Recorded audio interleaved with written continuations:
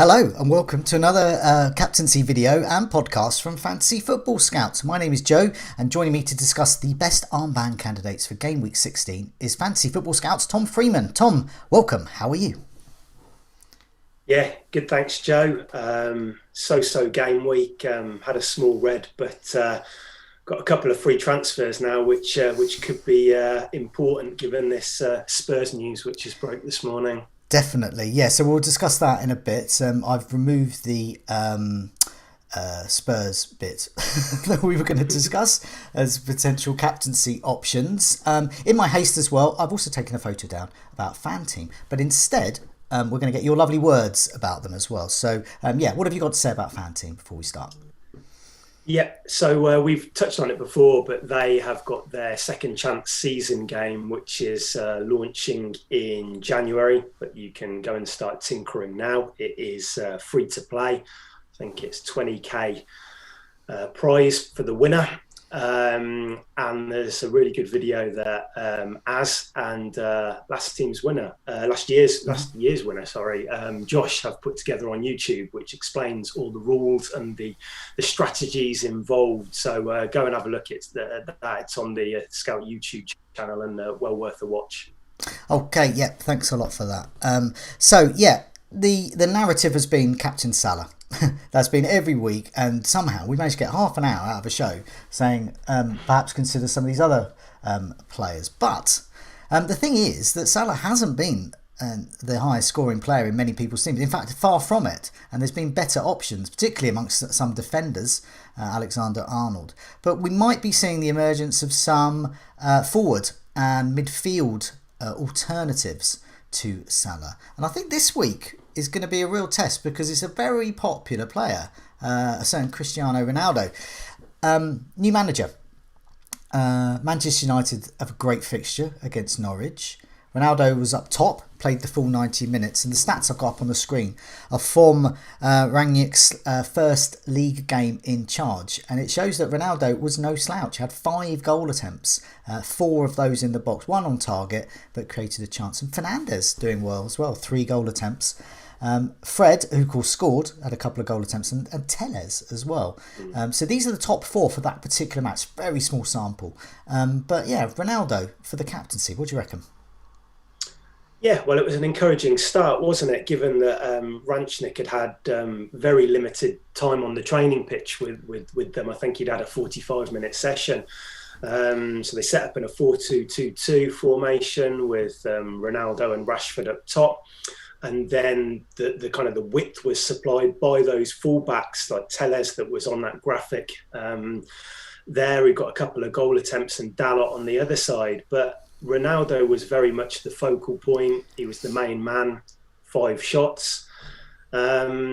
In an attacking sense, they struggled to create too many clear-cut chances. I think they had 16 efforts on goal, but it resulted in about 0.93 XG. But that will improve with time, you'd think.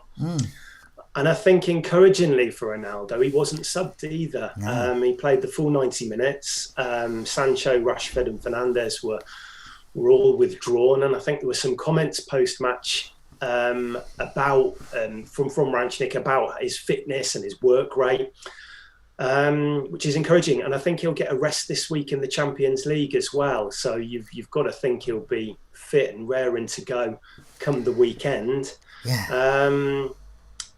And it just feels nice to be talking about another option after many weeks of just Salah.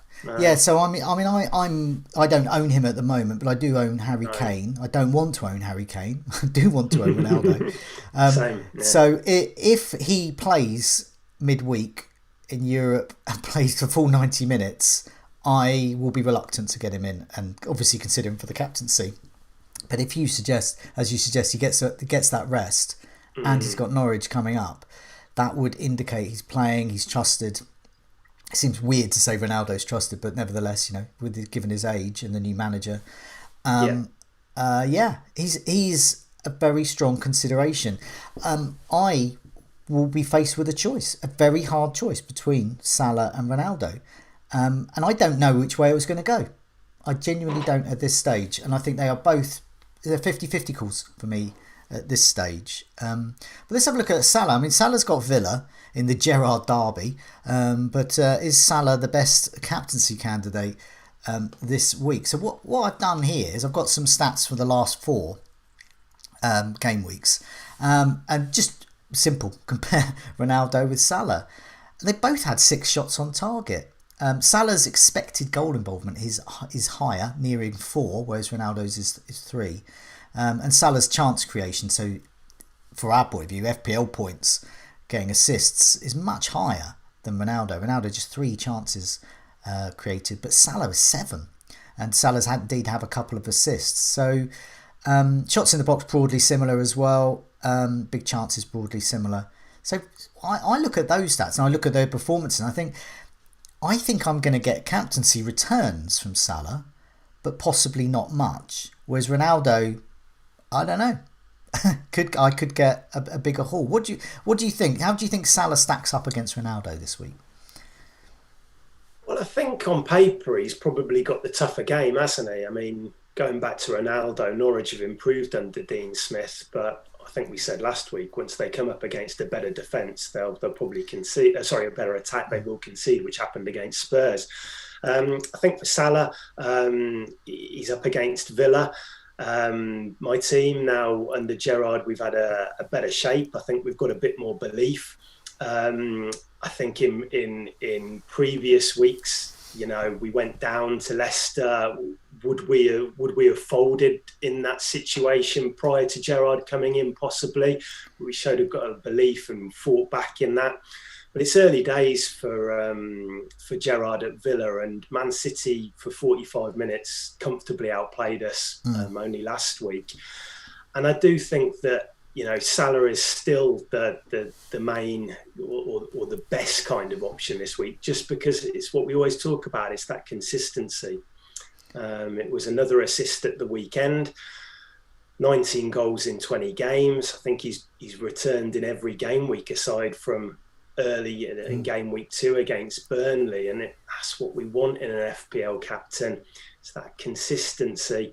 And Wolves was always going to be a tough game for them, but they did create a lot in that, and probably deserved to score more than the one.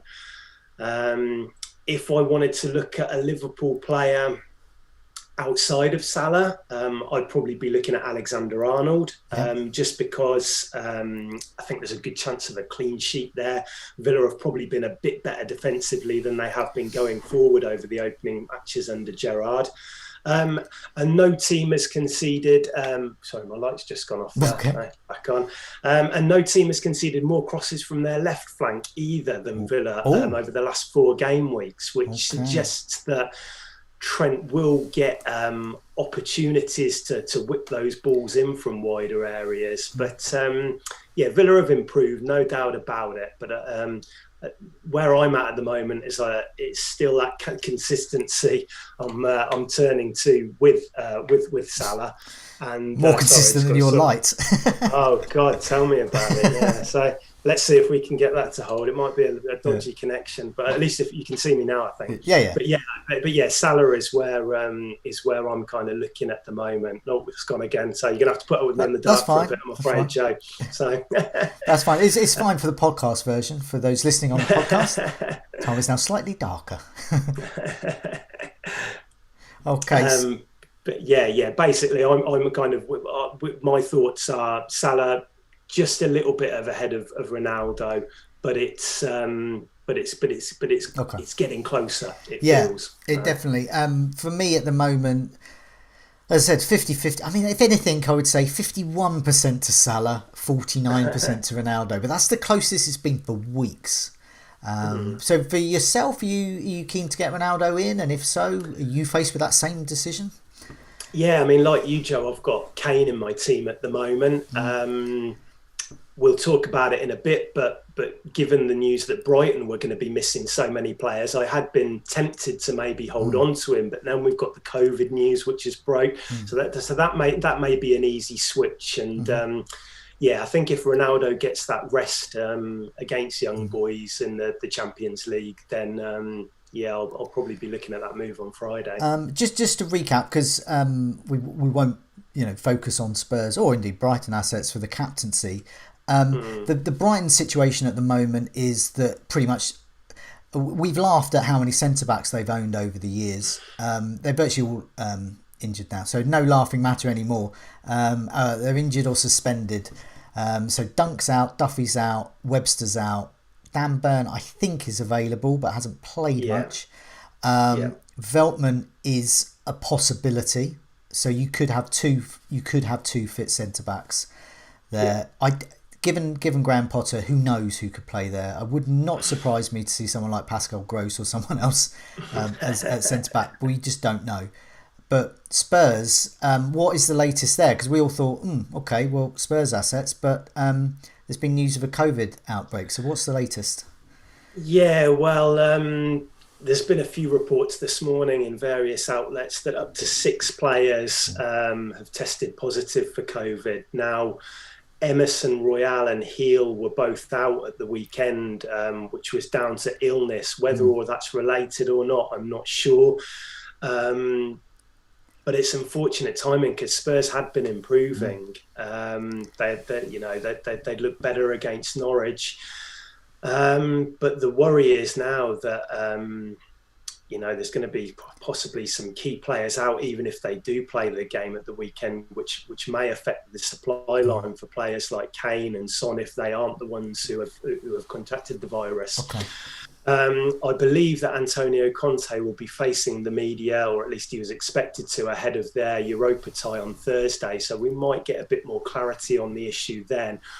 Although, we could head into the weekend without players specifically being named, which would make things very difficult for FPL managers. So hold on to your transfers, I think, and let's see what comes out over the next couple of days. Yeah, I mean, it's starting to, mirroring real society in the UK. Rates are going up. We've got the new strains of the virus as well, and that's being mirrored in the Premier League. And as we saw with Tony. Was out last week and is going to be out for this weekend as well. So yeah, leave your transfers for later as well. Just before we move on to more stats and more insight into captaincy for this weekend, just want to welcome everyone who's joined us in the live chat. More than 300 of you, thank you. Patrick, Kudakwashi, FPL Focus, who's not FPL Focal, I thought was number one. He's very good at FPL anyway. Sean, Nuclear Atoms, Chubbs, Omar, Sugan, Kemsley, Exploring, Sugan, Murphy, Gavin, Luke, Frederick and more. Thanks so much for joining us. Just 31 likes though, so do press that like button. It does something complicated for us, which is great. So do press that and thanks so much for joining us. And if any questions emerge there, we'll try and answer them as we go. Let's have a look at the latest whipping boys in the poor defences these are. And I've put them with the fixtures as well so we can see who's playing the worst defences. So Leicester and Everton, Watford are the ones there. So we're looking at who's playing Leicester. It's Newcastle. So Wilson could be an outside shot for the captaincy. In terms of playing Everton, that's Crystal Palace. Could be some hope for Gallagher and Zaha. Once again for the captaincy, I'm not sure. Watford, this is their good run starts and against Brentford, a Tony-less Brentford. So there's not a key matchup there. I can see where with a really really poor defence with against a great captaincy option. So it's one of those weeks really where the captaincy is quite open. Anything sort of spring to mind with those poor defences there? Probably outside of the options we've discussed, you're probably going to be looking at Man City, who are at home to Wolves, are not a poor defence, but I think given how Man City have been performing in recent weeks, it makes sense to at least consider them. We've got Bernardo there, haven't we, who's just playing at a real high level at the moment. Confidence is high. I think he scored 5 in his last 5, but it's been off not that many shots And I think any player playing 90 minutes in that City side in the attacking positions, whether that's as one of the central midfielders or the wingers, is a good option. Don't get me wrong. Yeah. But in terms of captaincy, I'm not sure if I've seen quite enough from Bernardo in terms of his underlying numbers to elevate him to that stage. I liked Foden at the weekend. I thought he was unfortunate not to return in that game at Watford. Well, listen, I've got some Man City stats as well, so I'm all prepared. Let's have a look here. So this is I'm hoping the last 4 game weeks. Just scrolling down here. Yeah, last four game weeks. So in terms of expected goal involvement, it's actually Sterling who's been the one there. Gundogan, Silva, as we know, and Foden's just behind them. But the key thing there is have a look at the minutes per goal attempt in the box, and when because I think he's only had 2 starts in comparison, say Silva's 4 and Sterling's 4. So across those starts, he's really been taking his chances of minutes per goal attempt. So he's having a goal attempt every 44 minutes, which is the same as Sterling and better than Silva. So yeah, it does indicate with his 5 chances created, just 1 shot on target. But I think as you said, it's more he hasn't had those 4 starts, but when he has, he's looked impressive. Not quite showing up in the stats just yet, but yeah, could be interesting. So Foden would, if you were going to go for a Man City captain, it would be Foden, would it? Probably Foden, yeah. But as well, we should probably talk about Cancelo. Because it's the Wolves attack which has really been struggling all season, really. I think they've scored 12 in 15. Only Norwich have scored fewer goals than Wolves. They haven't scored in any of their last 3 matches, and I think against Liverpool that's understandable, but you look at the play before, and I think it was Burnley and Norwich, and struggled in those games too. Cancelo, I think, has been rested in midweek. I think he's been left behind with Bernardo for the Leipzig match. So I think that, I think you probably Foden from the attackers. But if you are one of those managers who likes to take a punt on an attacking fullback and rely on those clean sheet points and maybe an assist with the assist potential as well, Cancelo, I don't think it's a bad shout at all this week. Okay, we keep thinking he's going to get a rest at some point.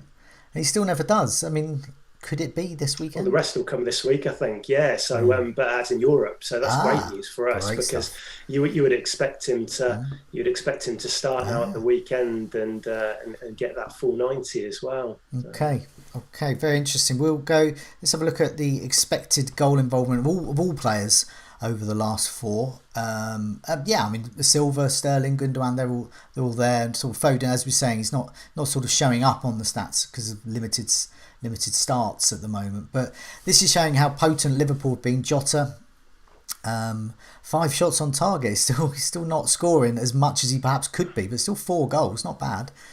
Salah, expected goal involvement nearly 4 as well, and he scored 3 times, and it's those 2 assists as well, which is really helping with his captaincy credentials.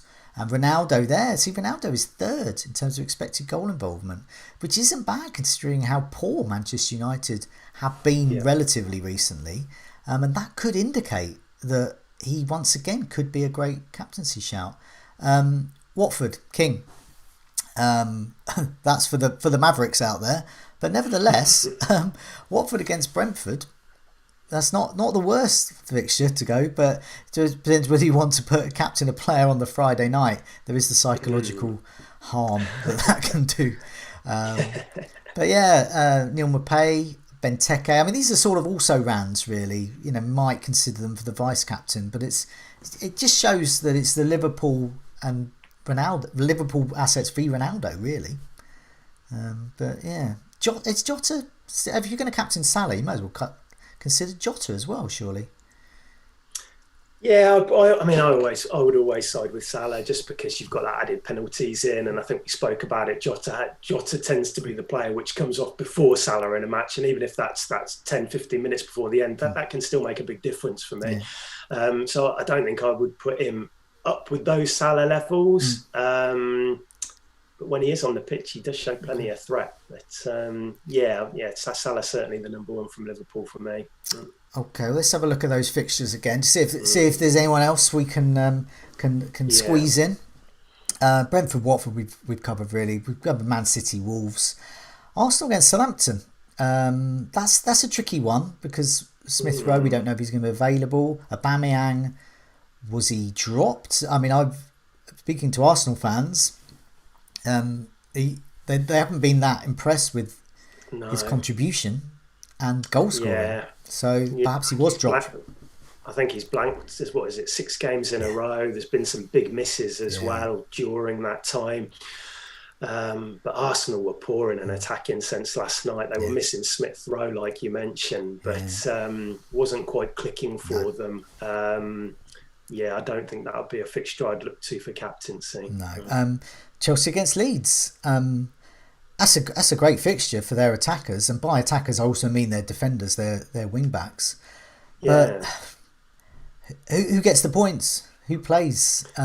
It feels like Chelsea, for me to consider wing backs again, it feels like they need Kante back or one of Kante or Kovacic, because I think once both of those two have been out of the team in recent matches, they've looked a little bit more vulnerable. They've started to concede a few more goals. So I think if you get news that Kante or Kovacic can come in and join Jorginho, I might feel a little bit more confident with that. It still feels too early for Lukaku, doesn't it? He's still, he's getting back his fitness, but it's we need to see him starting games before truly considering him. Liverpool, Villa we've covered, Norwich and Manchester United, Brighton and Spurs we've covered in that we don't even know who's going to step on the pitch. This could be Spurs under 18s against Brighton under 18s, we don't know. Burnley against West Ham.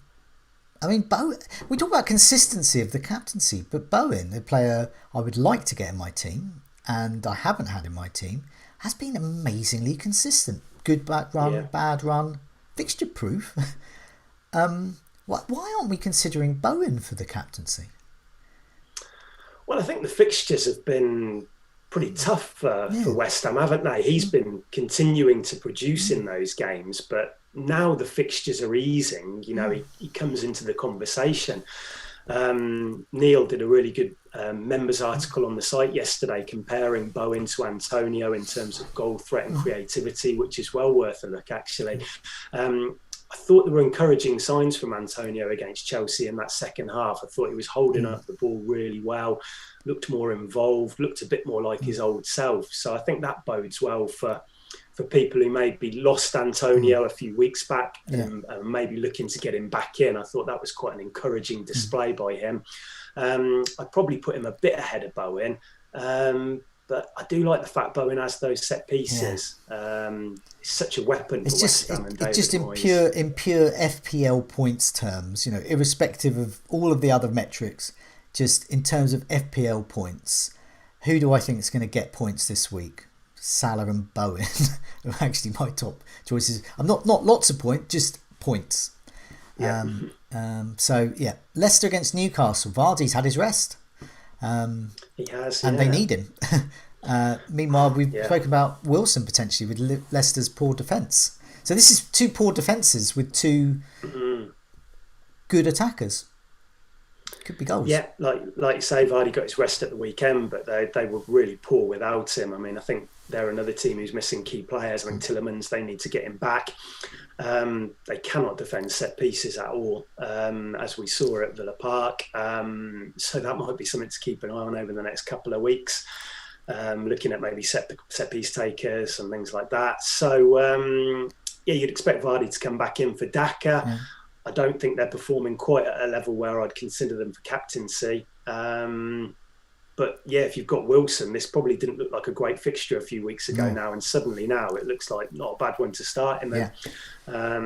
Not for captaincy for me, but there could be goals in that game.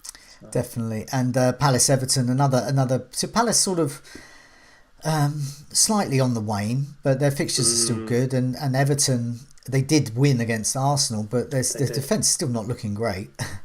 Could be some goals in this, but once again, captaincy. It's not going to be not in the conversation, is it? I don't think so. No, I think that players like Gallagher and Bowen and things like that, and Demarai Gray, good players to own, but they're going to have to do a bit more before we start putting them at the levels of Salah and Ronaldo this week. Definitely. So yeah, this week I think it's all about Ronaldo against Salah. It's for those who own both. It is a genuine choice. For me, if we're done. Yeah. No problem. But thanks a lot. And I was just wishing you good luck with your captaincy decision. Brilliant. Thanks a lot. Cheers, Joe. See you next week.